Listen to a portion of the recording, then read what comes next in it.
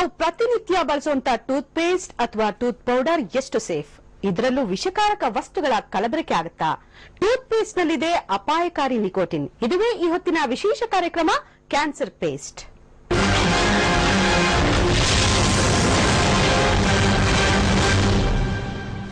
ಬೆಳಗ್ಗೆ ಎದ್ದು ಕೂಡಲೇ ಬ್ರಷ್ ಮಾಡ್ತೀರಾ, ಬಾಯಿ ಸ್ವಚ್ಛವಾಗಿ ಫ್ರೆಶ್ನೆಸ್ ನ ಫೀಲ್ ಮಾಡ್ತೀರಾ. ಇಷ್ಟಕ್ಕೆ ಸಮಾಧಾನ ಪಟ್ಕೊಳ್ಬೇಡಿ, ಯಾಕೆಂದ್ರೆ ನಾವೆಲ್ಲ ಹಲ್ಲುಜ್ಜುವ ಮೂಲಕ ಅಪಾಯಕಾರಿ ಡ್ರಗ್ ಒಂದಕ್ಕೆ ದಾಸರಾಗ್ತಾ ಇದೀವಿ. ಏನಿದು ಹಲ್ಲುಜ್ಜೋದಕ್ಕೂ ಡ್ರಗ್ ಅಡಿಕ್ಷನ್ಗೂ ಎಲ್ಲಿಯ ಸಂಬಂಧ ಅಂತೀರಾ? ಹಾಗಿದ್ರೆ ಈ ರಿಪೋರ್ಟ್ ನೋಡಿ. ಸಿಗರೇಟ್ ಸೇದೋದ್ರಿಂದ ಕ್ಯಾನ್ಸರ್ ಬರಬಹುದು, ತಂಬಾಕು ಸೇವನೆಯಿಂದ ಕ್ಯಾನ್ಸರ್ ಬರಬಹುದು, ಗುಟ್ಕಾ ಸೇವನೆಯಿಂದ ಕ್ಯಾನ್ಸರ್ ಬರಬಹುದು. ಇಂಥ ಯಾವ ದುಶ್ಚಟವೋ ನಮಗಿಲ್ಲ ಅಂತ ಆರಾಮಾಗಿದ್ದೀರಾ? ಹುಷಾರ್, ನಿಮ್ಗೋ ಕ್ಯಾನ್ಸರ್ ಬರಬಹುದು. ಯಸ್, ನಾವು ಹೇಳೋದನ್ನ ಕೇಳಿದ್ರೆ ನಿಮ್ಗೆಲ್ಲ ಶಾಕ್ ಆಗೋದು ಖಂಡಿತ. ಟೂತ್ ಪೇಸ್ಟ್ ನಿಂದ ಕೂಡ ನಿಮ್ಗೆ ಮಾರಕ ಕ್ಯಾನ್ಸರ್ ಬರಬಹುದು. ಟೂತ್ ಪೇಸ್ಟ್ ನಿಂದ ಕೂಡ ನಿಮ್ಗೆ ಮಾರಕ ಕ್ಯಾನ್ಸರ್ ಬರಬಹುದು. ಈ ವಿಷಯನ ನಂಬಲಿಕ್ಕೆ ಸಾಧ್ಯವಾಗ್ತಾ ಇಲ್ವಲ್ಲ, ಆದ್ರೆ ಇದು ಸತ್ಯ. ಈ ಟೂತ್ ಪೇಸ್ಟ್ ನ ನೀವು, ನಿಮ್ಮ ಮಕ್ಕಳು, ನಿಮ್ಮ ಕುಟುಂಬದವರು, ನಾವು, ನೀವು ಹೀಗೆ ಪ್ರಪಂಚದಾದ್ಯಂತ 150 ಕೋಟಿ ಜನ ಪ್ರತಿನಿತ್ಯ ಬಳಕೆ ಮಾಡ್ತೀವಿ. ಅದೇ ಟೂತ್ ಪೇಸ್ಟ್ ಜೀವ ತೆಗೆದುಕೊಳ್ಳೋ ವಿಷದ ಪೇಸ್ಟ್ ಅಂತ ನೀವು ಖಂಡಿತ ತಿಳಿದುಕೊಳ್ಬೇಕು. हमने दिल्ली और दिल्ली के आसपास के एरिया से 34 ब्रांड ऑफ टूथपेस्ट और टूथ पाउडर कलेक्ट किए थे. इन 34 ब्रांड्स में से 11 ब्रांड्स में हमको बहुत अधिक मात्रा में निकोटिन मिली है, जो कि टबाको का मेन कंपोनेंट है, मेन एल्कलॉइड है. ನೀವೀಗ ನೋಡಿದವರು Delhi institute of pharmaceutical science and research centre ನ ಪ್ರಿನ್ಸಿಪಾಲ್ ಡಾಕ್ಟರ್ ಎಸ್ ಅಗರವಾಲ್. ಇದೇ DIPSAR ಸಂಸ್ಥೆ ದೆಹಲಿ ಮತ್ತು ಸುತ್ತಮುತ್ತಲ ಪ್ರದೇಶದ ಜನಸಾಮಾನ್ಯರು ಬಳಸೋ ಉತ್ತಮ ಬ್ರಾಂಡ್ಗಳ ಟೂತ್ ಪೇಸ್ಟ್ ಅನ್ನ ಸಂಶೋಧನೆಗೆ ಒಳಪಡಿಸಿದ ಸಂದರ್ಭದಲ್ಲಿ ಬಹುತೇಕ ಕಂಪನಿಗಳು ಟೂತ್ ಪೇಸ್ಟ್ ನಲ್ಲಿ ಕಾನೂನು ಬಾಹಿರವಾಗಿ ಆರೋಗ್ಯಕ್ಕೆ ಮಾರಕವಾದ ನಿಕೋಟಿನ್ ಬಳಸಿರೋದು ದೃಢಪಟ್ಟಿದೆ. ಇಷ್ಟಕ್ಕೂ ಟೂತ್ ಪೇಸ್ಟ್ ನಲ್ಲಿ ನಿಕೋಟಿನ್ ಏಕೆ ಬಳಸಲಾಗುತ್ತೆ? ಇದರಿಂದ ಹಲ್ಲು ಪಳಪಳ ಹೊಳೆಯುತ್ತಾ ಅಥವಾ ಒಸಡಿನ ಆರೋಗ್ಯ ಕಾಪಾಡಿಕೊಳ್ಳಬಹುದಾ? ಖಂಡಿತ ಇಲ್ಲ. ಇದ್ಯಾವುದಕ್ಕೂ ನಿಕೋಟಿನ್ ಬಳಕೆಯಾಗೋದೇ ಇಲ್ಲ. ಹಾಗಾದ್ರೆ ಟೂತ್ ಪೇಸ್ಟ್ ನಲ್ಲಿ ಏಕೆ ತಂಬಾಕು ಬೆರೆಸಲಾಗುತ್ತೆ ಅನ್ನೋದಕ್ಕೆ ಅಗರ್ವಾಲ್ ಏನ್ ಹೇಳ್ತಾರೆ ಕೇಳಿ. निकोटिन के जो साइड इफेक्ट्स हैं, तो सबसे ज्यादा जो जिस वजह से डालते हैं वो ये ब्रेन में ये स्टिमुलेंट इफेक्ट करता है और स्फूर्ति लाता है. जब आदमी पेस्ट करता है तो लोग इसीलिए करते हैं और डिपेंडेंस या एडिक्शन हो जाता है. ಹೇಳಿದ್ರಲ್ಲ, ಡಿಪೆಂಡೆನ್ಸಿ, ಅಡಿಕ್ಷನ್, ಇದನ್ನೇ ದಾಳವಾಗಿ ಬಳಸಿಕೊಂಡಿರೋ ಅನೇಕ ಟೂತ್ ಪೇಸ್ಟ್ ಕಂಪನಿಗಳು ತಮ್ಮ ಲಾಭಾಂಶ ಹೆಚ್ಚಿಸಿಕೊಳ್ಳೋಕೆ, ತಮ್ಮ ಬ್ರಾಂಡ್ ನ ಟೂತ್ ಪೇಸ್ಟ್ ಗೆ ವ್ಯಸನಿಗಳನ್ನಾಗಿ ಮಾಡೋಕೆ ನಿಕೋಟಿನ್ ಬಳಕೆಯಂತ ದುಸ್ಸಾಹಸಕ್ಕೆ ಕೈ ಹಾಕಿವೆ. ನಮ್ಮ ಆರೋಗ್ಯದ ಬಗ್ಗೆ ಕಿಂಚಿತ್ತೋ ಯೋಚನೆ ಇಲ್ಲದ ಈ ಕಂಪನಿಗಳಿಗೆ ಲಾಭವೇ ಮುಖ್ಯವಾಗಿದೆ. DIPSAR ಸಂಸ್ಥೆ ನಡೆಸಿರೋ ಸಂಶೋಧನೆ ನೋಡಿದ್ರೆ ನಿಮ್ಗೆ ಮತ್ತೊಂದು ಆಘಾತಕಾರಿ ಸಂಗತಿ ಬೆಳಕಿಗೆ ಬರುತ್ತೆ. ಕೇವಲ 1 ಗ್ರಾಂ ಟೂತ್ ಪೇಸ್ಟ್ ನಲ್ಲಿ ಬರೋಬ್ಬರಿ 18 ಮಿಲಿಗ್ರಾಂನಷ್ಟು ನಿಕೋಟಿನ್ ಬಳಕೆಯಾಗಿರುತ್ತೆ. ಇದು 9 ಸಿಗರೇಟ್ಗಳಿಗೆ ಸಮಾನ. ಹೀಗಾಗಿ ನೀವು ಸಿಗರೇಟ್ ಸೇದಲಿಲ್ಲ ಅಂದ್ರೂ ನಿತ್ಯ ಬ್ರಷ್ ಮಾಡೋದ್ರಿಂದ ಬರೋಬ್ಬರಿ 9 ಸಿಗರೇಟ್ ನಲ್ಲಿರುವ ವಿಷ ನಿಮ್ಮ ದೇಹ ಸೇರ್ಕೊಳ್ತಾ ಇದೆ. ಬ್ರಷ್ ಮಾಡೋದ್ರಿಂದ ನಿಕೋಟಿನ್ ದೇಹ ಹೇಗೆ ಸೇರುತ್ತೆ ಅಂತೀರಾ? ಬ್ರಷ್ ಮಾಡ್ತಾ ಮಾಡ್ತಾ ನಿಮ್ಮ ನಾಲಿಗೆ, ಒಸಡು ಅಥವಾ ಸಲೈವಾ ಮುಖಾಂತರ ತಂಬಾಕು ನಿಮ್ಮ ದೇಹ ಸೇರ್ಬಿಡುತ್ತೆ. ಇದರಿಂದ ನಿಮ್ಮ ದೇಹ ಅನೇಕ ಕಾಯಿಲೆಗಳ ಗೂಡಾಗಬಹುದು. ನಿಕೋಟಿನ್ ದೇಹವನ್ನ ಸೇರೋದ್ರಿಂದ ಲಕ್ವಾ, ಕ್ಯಾನ್ಸರ್, ಹಾರ್ಟ್ ಅಟ್ಯಾಕ್, ಹೃದಯ ಸಂಬಂಧಿ ಕಾಯಿಲೆಗಳು ಕಾಡುತ್ತವೆ. ಇದಲ್ಲದೆ ರಕ್ತದೊತ್ತಡ, ರಕ್ತ ಸಂಚಾರದಲ್ಲಿ ತಡೆ ಸೇರಿದಂತೆ ಗರ್ಭಿಣಿಯರು ಅತ್ಯಂತ ಅಪಾಯ ಎದುರಿಸುವ ಸಾಧ್ಯತೆ ಇರುತ್ತೆ. ನಾವು ನಮ್ಮ ಮನೆಗಳಲ್ಲಿ ಮಕ್ಕಳಿಗೆ ಬೆಳಿಗ್ಗೆ ಮತ್ತು ರಾತ್ರಿ 2 ಹೊತ್ತು ಬ್ರಷ್ ಮಾಡೋಕೆ ಹೇಳಿಕೊಡ್ತೀವಿ. ಉತ್ತಮ ಶ್ವಾಸ ಹಾಗೂ ಹಲ್ಲುಗಳ ಸ್ವಚ್ಛತೆ ಹೆಸರಿನಲ್ಲಿ ನಾವು ನಮ್ಮ ಮಕ್ಕಳ ಪ್ರತಿನಿತ್ಯ ಎಷ್ಟು ಪ್ರಮಾಣದಲ್ಲಿ ಈ ವಿಷದ ಪೇಸ್ಟ್ ನನ್ನ ದೇಹಕ್ಕೆ ಸೇರಿಸಿಕೊಳ್ತಾ ಇದ್ದೀವಿ ಅಂತ ನಿಮ್ಗೆ ಗೊತ್ತಾಯ್ತಲ್ವಾ? ಹಾಗಾಗಿ ಈ ರೀತಿ ಅಕ್ರಮವಾಗಿ ನಿಕೋಟಿನ್ ಬಳಸುತ್ತಿರುವ ಪೇಸ್ಟ್ ಗಳನ್ನ ಸರ್ಕಾರ ನಿಷೇಧಿಸಬೇಕಾಗಿದೆ. ಇಲ್ಲವಾದ್ರೆ ಮುಂದಿನ ಪೀಳಿಗೆಯನ್ನ ಪರೋಕ್ಷವಾಗಿ ನಿಕೋಟಿನ್ ದಾಸರನ್ನಾಗಿ ಮಾಡಿದಂತಾಗುತ್ತೆ. ಆ ಮೂಲಕ ಮುಂದಿನ ಪೀಳಿಗೆಯನ್ನೇ ನಾಶ ಮಾಡಿದಂತಾಗುತ್ತೆ. Bureau report, TV9. ಈ ವರದಿ ನೋಡಿದ್ಮೇಲೆ ಬಹುಶಃ ನಿಮ್ಗೆ ಅನಿಸ್ತಾ ಇರಬಹುದು ಹಾಲಿನಲ್ಲಿ ಕಲಬೆರಕೆ, ತರಕಾರಿ ಹಣ್ಣುಗಳಲ್ಲಿ ಪೆಸ್ಟಿಸೈಡ್ಸ್, ಇನ್ನು ತುಪ್ಪದಲ್ಲಿ ಕಲಬೆರಕೆ, ಇನ್ನು ಆರೋಗ್ಯವಾಗಿರೋದಾದ್ರೂ ತಿನ್ನೋಣ, ಇದನ್ನೆಲ್ಲ ಬಿಟ್ಟು ಕೆಟ್ಟದನ್ನೆಲ್ಲ ಬಿಟ್ಟು ಅಂತ ನೀವು ಅನ್ಕೊಂತಾ ಇದ್ರೆ, ಜೊತೆಗೆ ಏನಪ್ಪಾ ಇದು ಬೆಳಗ್ಗೆ ಎದ್ದು ಕೂಡಲೇ ಬ್ರಷ್ ಮಾಡ್ಲೇಬೇಕು, ಆರೋಗ್ಯವಾಗಿರೋದಾದ್ರೂ ತಿನ್ಬೇಕು ಅಂದ್ರೆ ಬ್ರಷ್ ಮಾಡ್ಬೇಕು ಅನ್ಕೊಳ್ತಾ ಇರ್ತೀರಾ. ಇನ್ನು ಪೇಸ್ಟ್ ನಲ್ಲೂ ಕೂಡ ಕಲಬೆರಕೆ, ಪೇಸ್ಟ್ ನಲ್ಲೂ ಕೂಡ ನಿಕೋಟಿನ್ ಅಂದ್ರೆ ನಿಮ್ಗೆ ಖಂಡಿತ ಆಶ್ಚರ್ಯ ಆಗ್ಬೋದು. ಅಷ್ಟೇ ಅಲ್ಲ, ಇಂತ ಒಂದು ಮಾರಕವಾದಂತಹ ನಿಕೋಟಿನ್ ನ ಬಳಕೆ ಬಗ್ಗೆ ತಮಗೆ ಶಾಕ್ ಕೂಡ ಆಗ್ತಾ ಇರ್ಬೋದು. ಸೊ ಇದು ಯಾಕೆ ಯೂಸ್ ಮಾಡ್ಲಾಗತ್ತೆ ನಿಕೋಟಿನ್, ಇನ್ನು ಇದೆಷ್ಟು ಮಾರಕವಾಗುತ್ತೆ ದೇಹಕ್ಕೆ ಅನ್ನೋದ್ರ ಬಗ್ಗೆ ಮಾತನಾಡಲಿಕ್ಕೋಸ್ಕರ ಇವತ್ತು 3 ಜನ ಎಕ್ಸ್ಪರ್ಟ್ಸ್ ನಮ್ ಜೊತೆಗಿದ್ದಾರೆ. ಮೊದಲಿಗೆ ಮಂಜುನಾಥ್ ಇದ್ದಾರೆ, ಇವರು ದಂತ ವೈದ್ಯರು. ಮಂಜುನಾಥ್ ಅವರೇ ಕಾರ್ಯಕ್ರಮಕ್ಕೆ ಸ್ವಾಗತ. ಹಾಗೇನೆ ನಮ್ ಜೊತೆ ಇದ್ದಾರೆ ಡಾಕ್ಟರ್ ಜುಬಿನ್ ಜಾರ್ಗ್, MS ರಾಮಯ್ಯ ಆಸ್ಪತ್ರೆಯ ಡ್ರಗ್ ಟೆಸ್ಟಿಂಗ್ ಲ್ಯಾಬೊರೇಟರಿಯ ಚೀಫ್ ಟೆಕ್ನಿಕಲ್ ಆಫೀಸರ್. ಜುಬಿನ್ ಅವರೇ ತಮಗೆ ಕಾರ್ಯಕ್ರಮಕ್ಕೆ ಸ್ವಾಗತ. ಹಾಗೇನೆ ನಮ್ ಜೊತೆ ಇದ್ದಾರೆ ಖ್ಯಾತ ಆಯುರ್ವೇದ ತಜ್ಞರಾದಂತಹ ಡಾಕ್ಟರ್ ಗಿರಿಧರ್ ಖಜೆ. ನಮಸ್ಕಾರ. ಮೊದಲಿಗೆ ಜುಬಿನ್ ಜಾರ್ಜ್ ಅವರೇ, ನಿಮ್ಗೆ ಪ್ರಶ್ನೆ. ಇವಾಗ ಹೇಳ್ದೆ, ನಾನು ಮೊದಲಿಗೆನೆ ಒಂದು ಇಂಟ್ರೊಡಕ್ಷನ್ ಹೇಳ್ದೆ, ಏನಂದ್ರೆ ಒಳ್ಳೇದಾದ್ರೂ ತಿನ್ನೋಣ ಅಂತಂದ್ರೆ ಯಾವ ತಿನ್ಬೇಕಂದ್ರೂ ಬ್ರಷ್ ಮಾಡ್ಲೇಬೇಕು. ಸೊ ಬ್ರಷ್ ಮಾಡೋದ್ರಲ್ಲೂ ಕೂಡ ಪೇಸ್ಟ್ ಅಲ್ಲೂ ಕೂಡ ಕಲಬೆರಕೆ, ಪೇಸ್ಟ್ ಅಲ್ಲೂ ಕೂಡ ನಿಕೋಟಿನ್. ಸೊ ಈ ಬಗ್ಗೆ ಏನ್ ಹೇಳ್ತೀರಾ ಅಂತ? ಇದು ಇನ್ಫಾರ್ಮೇಶನ್ ನಮ್ಗೆ ಬೆಳಗ್ಗೆ ಬಂದಿದ್ಮೇಲೆ ನಾವು ಸುಮಾರು ಯೋಚನೆ ಮಾಡ್ತಾ ಇದ್ದೆ.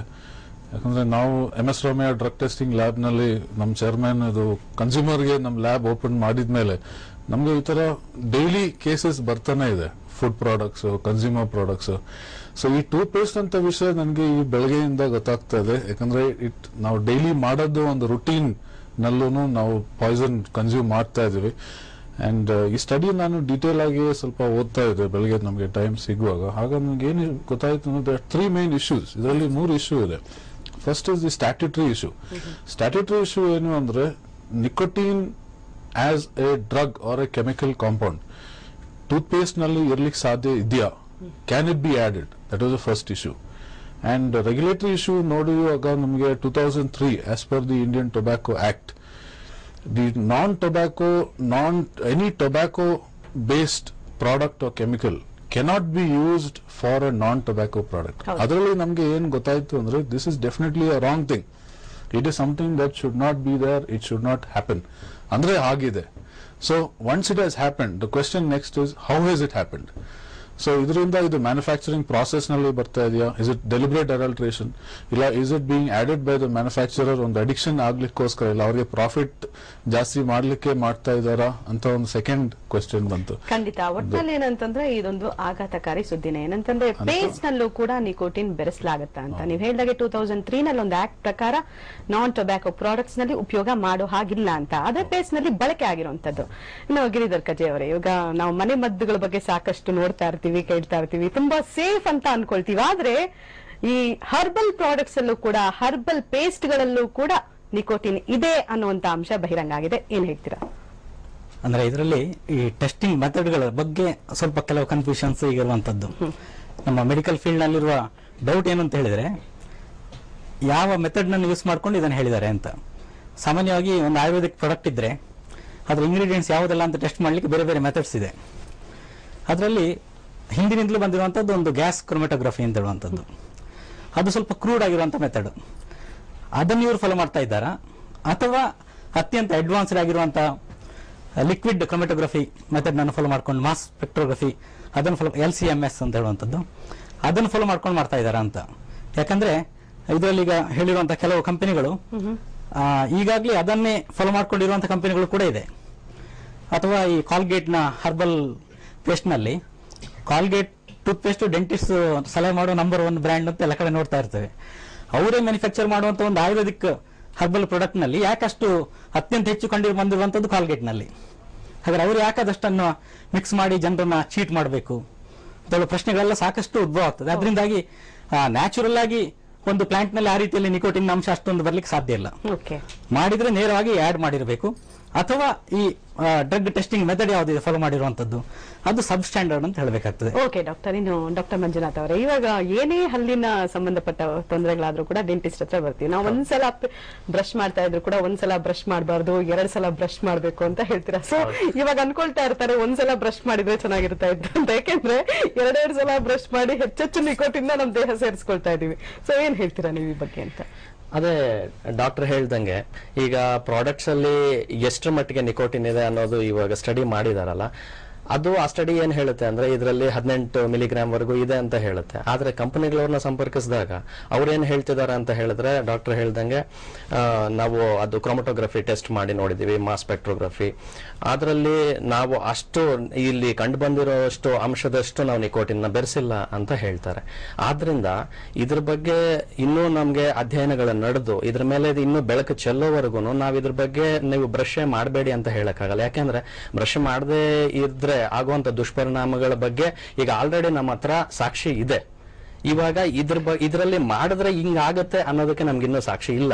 ಆದ್ರಿಂದ ನಾವು ನಮ್ಗೆ ಕಣ್ಮುಂದೆ ಏನಿದೆ ಸತ್ಯ ಮೊದಲು ಅದಕ್ಕೆ ಪ್ರಾಮುಖ್ಯತೆ ಕೊಟ್ಟು ಬ್ರಷ್ ಮಾಡಿ ಅಂತ ಹೇಳಿ ನಂತರದ ನಿರ್ಧಾರನ ಸರ್ಕಾರಕ್ಕೆ ಬಿಡೋಣ. ಅವ್ರೇನ್ ಮಾಡ್ತಾರೆ ನೋಡಿ, ಆಮೇಲೆ ಮುಂದಿನ ನಮ್ಮ ನಡೆ ಏನು ಅಂತ. ಒಟ್ಟಿನಲ್ಲಿ ಆರೋಗ್ಯಕ್ಕೋಸ್ಕರ ಬ್ರಷ್ ಮಾಡ್ಲೇಬೇಕು ಅಂತ ನೀವು ಹೇಳ್ತೀರಾ. ಅದೇ ಒಳಗಿನ ಅನಾರೋಗ್ಯ ಏನಾಗುತ್ತೆ ಅಂತ ನಮ್ಗೆ ಗೊತ್ತಿಲ್ಲ, ಹೀಗಾಗಿ ಹೇಳಕ್ಕಾಗಲ್ಲ ಅಂತೀರಾ. ಇನ್ನು ಡಾಕ್ಟರ್, ಇವಾಗ ಡಾಕ್ಟರ್ ಹೇಳ್ತಾ ಇದ್ದಾರೆ ಏನಂದ್ರೆ ಒಂದು ಸಂಶೋಧನೆ ಹೇಗ್ ನಡೆದಿದೆ, ರಿಸರ್ಚ್ ಯಾವ ತರ ನಡೆದಿದೆ ಅಂತ. ಇವಾಗ ಎಸ್ ಅಗರ್ವಾಲ್ ಅವರು ನಡೆಸಿರುವಂತ ಒಂದು ಸಂಶೋಧನೆಯನ್ನ ನೋಡಿದ್ರೆ ಅವರು GCMS ಮೆಥಡ್ ನ ಯೂಸ್ ಮಾಡಿರುವಂತದ್ದು. ಇದು ಸ್ಟ್ಯಾಂಡರ್ಡ್, ಇಂಟರ್ನ್ಯಾಷನಲ್ ಸ್ಟ್ಯಾಂಡರ್ಡ್ ಲೆವೆಲ್ ಇದು ಸಂಶೋಧನೆ ನಡೆದಿರೋದು ಹೇಗೆ ಅಂತ. ಡಾಕ್ಟರ್ ಹೇಳಿದ ಪ್ರಕಾರ ಗ್ಯಾಸ್ ಕ್ರೋಮಟೋಗ್ರಫಿ ಅಂದ್ರೆ simple gas chromatography it is ಒಂದು ಫಾಲೋ ಮಾಡಿದ್ದಾರೆ. It is a old technique. But article ಕೊಟ್ಟಿರೋದ್ ಪ್ರಕಾರ they have it is not only used with gas chromatography, ಅವರು ಡಿಟೆಕ್ಷನ್ ಮೆಥಡ್ ಬಂದ್ಬಿಟ್ಟು ಮಾಸ್ ಸ್ಪೆಕ್ಟ್ರೋಗ್ರಫಿ ಇದೆ. ಸೊ LCMS ಸ್ಟಾರ್ಟಿಂಗ್ ಪಾಯಿಂಟ್ ಬಂದ್ಬಿಟ್ಟು liquid chromatography, detection ಬಂದ್ಬಿಟ್ಟು mass spectrography. ಇವರು doctor Agarwal follow ಮಾಡಿದ method it is gas chromatography and detection is also by mass spectrography. ಹಾಗಾಗಿ ಇದು ಶಿವಾಜಿನಗರ್ಗೆ ಹೋಗ್ಲಿಕ್ಕೆ ಮೆಜೆಸ್ಟಿಕ್ ಇಂದ ಹೋಗ್ಬೋದು, ಮತ್ತೆ ಮಲ್ಲೇಶ್ವರಂ ಇಂದ ಹೋಗ್ಬೋದು. ಅದಕ್ಕೆ ಮಲ್ಲೇಶ್ವರಂ ಇಂದ ಹೋಗೋದು ತಪ್ಪು ಅಂತ ಹೇಳಲಿಕ್ಕಾಗಲ್ಲ, because the detection technique in both cases is the same. So article ಅಲ್ಲಿ ಕೊಟ್ಟಿದ್ದ ಪ್ರಕಾರ ಅವ್ರು ಮಾಡಿದ್ದು ತಪ್ಪು, because GCMS is also an internationally accepted technique. ನಾವು nicotine analysis of nicotine pharmacopoeia books ಅಲ್ಲಿ ನೋಡಿದ್ರು ಆರ್ ಲೇಟೆಸ್ಟ್ ಲಿಟರೇಚರ್ ನೋಡಿದ್ರು ಎಲ್ಲಾದ್ರಲ್ಲೂ mass spectrography is the ultimate detection technique internationally. ಅಂದ್ರೆ ಲೋಕದಲ್ಲಿ ಯಾವ್ದಾದ್ರು ಸ್ಪೆಸಿಫಿಕೇಶನ್ ತಗೊಂಡ್ರು for any drug the method of choice is mass spectrography. ಅದನ್ನೇ ಮೆಥಡ್ ಇವರು ಫಾಲೋ ಮಾಡಿದ್ದಾರೆ. ಸೊ ಹಾಗಾಗಿ ಮೆಥಡಾಲಜಿನಲ್ಲಿ ತಪ್ಪು ಮಾಡಿದ್ದಾರೆ ಅಂತ ಹೇಳಲಿಕ್ಕೆ ಆಗೋದಿಲ್ಲ. ಪ್ಲಾಂಟ್ಸ್ ಗಳಲ್ಲಿ ಈ ಕಂಪನಿಯವರು ಹೇಳ್ತಾ ಇರೋದೇನು ಅಂತ ಹೇಳಿದ್ರೆ, ಈ GCMS ನಲ್ಲಿ ಏನಾಗ್ತದೆ ಅಂತ ಹೇಳಿದ್ರೆ ಅದನ್ನ ಐಡೆಂಟಿಕಲ್ ಆಗಿ ತೋರಿಸುವಂತ ಬೇರೆ ಪ್ಲಾಂಟ್ ಗಳು ಕೂಡ ಇದೆ ಅಂತ. ನಿಕೋಟಿನ್ಗೆ ಐಡೆಂಟಿಕಲ್ ಆಗಿರೋ ಪ್ಲಾಂಟ್ ಕೂಡ ಬೇರೆ ಬರ್ತದೆ ಆ ಟೆಸ್ಟ್ ನಲ್ಲಿ. ಅದೇ ಲಿಕ್ವಿಡ್ ಕ್ರೋಮಟೋಗ್ರಫಿ ಫಾಲೋ ಮಾಡಿದ್ರೆ ಅದು ಬರೋದಿಲ್ಲ ಅಂತ. LCMS ಆದ್ರೆ ಅದು ಹೆಚ್ಚು ಅಕ್ಯುರೇಟ್ ಇರ್ತದೆ. ಆ ಜಸ್ಟಿಫಿಕೇಶನ್ ಅವ್ರು ಕೊಡೋದು ಕರೆಕ್ಟ್ ಅಲ್ಲ. ಯಾಕಂದ್ರೆ ಎರಡು ಕೇಸ್ ನಲ್ಲೂ the detection method is mass spectrography. So ಈಗ ನಿಕೋಟಿನ್ ಅದು ನಿಕೋಟಿನಾ ಅಥವಾ ಬೇರೆ ಕಾಂಪೌಂಡ್, ಈ ವಿಷಯನ ಕಂಡುಹಿಡಿಯೋದು ಬಂದು mass spectrography. Mass spectrography is the best and both have use that. So ಹಾಗಾಗಿ ಇವರು GC ಯೂಸ್ ಮಾಡಿದ್ದಾರೆ, ನಾನು LC ಯೂಸ್ ಮಾಡಿದ್ದೀನಿ, ಹಾಗಾಗಿ ಅವ್ರು ತಪ್ಪು ಮಾಡಿದ್ದಾರೆ, ನಾನು ಕರೆಕ್ಟ್ ಆಗಿ ಮಾಡಿದೀನಿ ಅಂತ ಹೇಳೋದ್ರಲ್ಲಿ ಯಾವ್ದನ್ನ ಅರ್ಥ ಇಲ್ಲ. Because both have use the same detection. ಹೀಗಾಗಿ SS ಅಗರ್ವಾಲ್ ಅವರ ಸಂಶೋಧನೆ ಕರೆಕ್ಟ್ ಆಗಿ ಇದೆ ಅಂತ ತಾವು ಹೇಳ್ತೀರಾ. ನಿಮ್ಮ ಜೊತೆ ಮತ್ತಷ್ಟು ನಾನು ಚರ್ಚೆಯನ್ನು ಮುಂದುವರಿಸ್ತೀನಿ. ಈಗ ಚಿಕ್ಕ ಬ್ರೇಕ್.